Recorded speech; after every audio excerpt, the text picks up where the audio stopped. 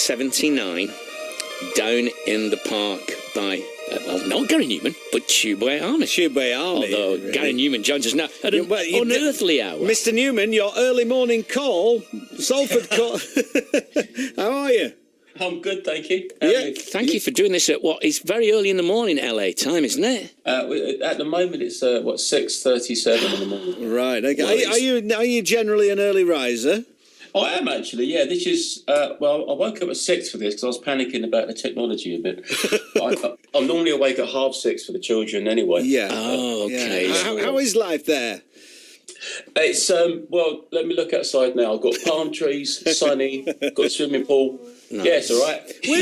We've sort of got palm trees here on the piazza since you were last here, Gary. We've got sort of like tiki tables and a bar, but it's not very sunny today, so you can't compete really. So you're going to play the replicas from which we just played down in the park. You're going to play in full at the Forum on Wednesday, 21st of October, followed the next night by the Pleasure Principle, and the next night by Telecom, which is a real treat for your fans. And is this an idea that's been percolating in your head for a while? To be honest, it's not. No, I'm not a big fan of retro. You know, I avoid it like the plague usually. But I did replicas once before, many years ago, and I think I did Telecom for 4 nights. I didn't really do Telecom very much. You know, I did Pleasure Principle, I think in 2009, something like that. So it's been quite a while since I've done anything like that, and the last 2 years have been spent with the Splinter album. So that's the most touring I've done since I started, and so it just felt as if it might be a nice time just to go back and say thank you to the people that were there from the very beginning. You know, which is what these are. And the other thing for me, Splinter. My 20th or 21st album. You know, I've made a lot of them, and with Splinter, it had such a good reaction. I finally got rid of this chip on my shoulder thing that I've had for such a long time about old stuff. And it was once I finally felt that I'd moved away from it. Strangely enough, I felt more comfortable playing it again. You know, I seem to spend such a long time trying to reprove myself, you know, that it wasn't just about those first albums. And then, with Splinter had the best album reviews I've ever had, including these 3. And so once that happened, I just felt like I'd made some progress with that, really. So all of a sudden, my back catalogue became something to be proud of, rather than something to shy away from. And it's about that, really. So I suppose, with the success of the new stuff and everything, I mean, you could never be accused of being your own tribute act and just doing the old stuff. So. Yeah, but it kind of fixes a lot of problems, really. You know, it gives me more songs to play. Yeah, I mean, I suppose it is lovely, though, isn't it? Because at the time, you know, these albums did really well and you were really popular, but you were routinely savaged by critics, weren't you? And then it only came out later that Trent Reznor had been playing the album every day while he was recording and things. So, I mean, you know, it must be a great feeling at this stage in life. It's pretty satisfying, I have to say, yeah. That's Gary's new single there. I think that might be us dialing Gary up again. Right. Okay. All right. Well. Oh. Hello, Gary. Oh, you went back there for a minute, Gary. Oh, did I? Sorry. Yeah, no, it's fine. It's fine. What I was going to say, Gary, is you think of these, or certainly your fans think of these, as representing what some people call the machine period, these 3 albums. So do you see them as almost a whole? Do you see them as a kind of cohesive whole together? Yeah, very much so. Yeah. And we're playing them in the order that they were released in as well. And it definitely shows. The first one that made me successful in Britain, the next one that made me successful around the world, and then the one after that, which sort of consolidated the whole shock horror of what becoming famous is all about. Yeah. So those 3 very much not only shaped my musical career, but to a large degree shaped my life, you know, the rest of my entire life. So they are very, very important. They were all number 1 albums, so they all did really well. Yeah. But it just falls in a nice quiet bit, you know, because in 2016, the new one is ready. Okay. I'm working on that now. And then we'll be touring that one for a couple of years. So there won't be a lot of time, really, or space for really kind of looking back. So this is just a nice little chunk of time where I can afford to just look back and get into that sort of stuff again before the whole lot the world kick. God, that was a nightmare the last 2 years. But then all that starts again, you know. Wasn't Replicas supposed to be a book at one time? Wasn't it sort of a concept you were going to write a book, a sort of loosely a Philip K. Dick sort of inspired thing? Yeah, that was the first of many books I've said I'm going to write and not done it. Yeah. Pathetic, really. Those albums, the mood of them and the stories and the scenarios, they do reflect what you were reading at the time, don't they? People like Philip K. Dick and I'm guessing like J.G. Ballard and people like that. Yeah, very much so. Asimov, a whole world of people actually at that particular time. But Philip K. Dick was my favourite. But yeah, no, I was massively into science fiction. But strangely enough, when I did Replicas, which was the science fiction album, and then the one after that, Pleasure Principle, which had a couple of kind of leftover ideas on it. But at that point, having done that, I not only didn't write about it anymore, I stopped reading it. I've not read science fiction since 1979. Wow. I got into science fantasy, which is kind of the opposite in a way. It's all swords and magic and demons and nothing to do with technology. And I've been reading that for the last 20 years, I think 25 years. Are you a big Game of Thrones fan? Oh God, yeah. Did you see have you seen the finale of that? No. Finale?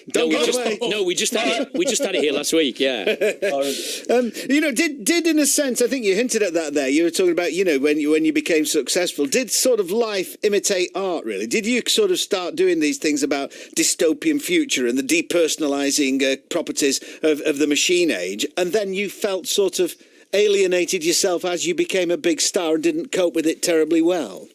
I didn't cope with it terribly well, but that was more because I've got Asperger's. They don't call it that anymore, but I'm the autism spectrum. I'm on that, so I find most of my problems related at that time anyway. They related to that, to my poor interaction with humanity, which is something I've never really got rid of. But you kind of learn about it as you grow up, and you can adapt to it.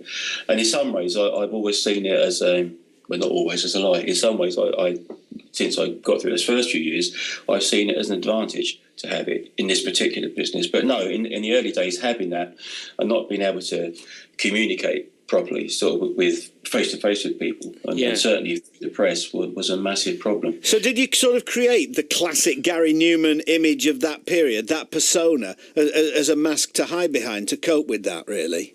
Yeah, absolutely, completely. Yeah, I mean, I used to be terrified, but I was doing tiny little gigs in pubs, there were 20 or 30 people, and I couldn't even talk for 2 or 3 days before. I was so nervous and so frightened of it. And it was my dad that said to me, if you don't find a way of getting around that, then this is the most stupidest profession you can ever try to get into. And that's where the images came from. I came up with personas, really, and things to hide behind. So it was very much like going on stage was very much like flicking a switch, and you were instantly become something else, and then you like acting in a way. You're just acting, and then over time it stops being an act and it starts to become what you are, because you've become experienced and you've become used to it, and it's no longer that throwing a switch. It just becomes a part of exactly who and what you are. Your dad, though, having said that, your dad was very, no pun intended, instrumental in you getting into music. He bought you a Les Paul, didn't he? Oh yeah, Mum and Dad were great from the very beginning. I wouldn't have had a contract without them, because we, by the time we were talking to Beggars Banquet in '78, I think it was, to get our first record deal, my dad had got us. We had a little van that we could drive around in. He'd paid for the first recording session we did in Cambridge, in a little studio there, a little PA system. But I didn't realise it at the time, but that they had put their entire life savings, because they were only working people. Their entire life savings into getting me some decent equipment, which got me going. And without it, I would never have gotten that first run. Certainly not at that point, anyway. And timing is everything. So my feelings are that without that help at the beginning, then I would never have had the career that I've had. So in that sense, I owe them absolutely everything. Right. So you can see Gary doing Replicas, The Pleasure Principle and Telecon, 21st, 22nd and 23rd of October at the Forum in London. And then one night only, Manchester Academy on the 24th. You're not trying to do all the albums on one night in Manchester, are you? I might do bits of them. I think that the album that I don't do many songs from ever is the very first one that I made, the original Tube Boy Army album. Right. And I'd like to do quite a lot of that in Manchester, actually. That's my plan, if I can get the rehearsal side of it sorted out, because that means rehearsing 3.5, 4 albums.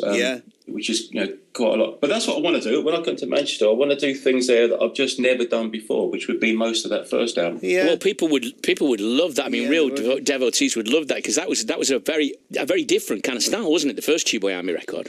Well, it started out as a punk album. I went to the studio because I've been signed by Beggars as a 3-piece punk band, and it was there that I found the synthesizer and changed the songs from punk songs on a guitar to pseudo electro punk songs on a keyboard. Same songs, just played them on a different instrument, and that was the first album. And it was that really. That caused a lot of trouble with Beggars Banquet, because that obviously wasn't the album that they were looking for, and they didn't entirely share my vision that electronic music was going to be massive. So it took quite a lot of shouting and arguing to get that first album to come out. So it's actually, to me, it's a very, very important album, because that really did change everything for me. So, but it is pretty old and basic and amateurish, to be really honest, but nonetheless it is an important part of the beginning. So it just feels like a good time to maybe, I don't know if I do all of it, I don't know if I could remember all of it, but I'd like to do some of it. These songs, of course, have taken on a life of their own. Like we started with Down in the Park, and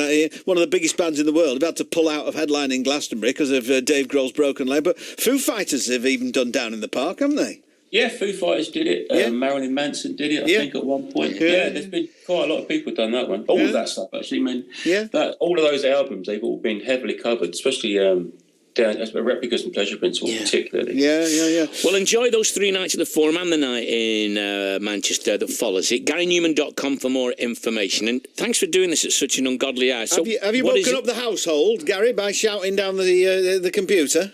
Yeah, I'm actually outside. I'm out in my little office. Right. So what is it now, Gary? You going back to bed? Are you going to have a dip in the pool? Yeah, I'm going back to bed, man. Well, come and see us when you're in Manchester. All right, I will. Thank you very much for this. All right. Cheers, Gary. Thanks a lot. Okay. Bye-bye,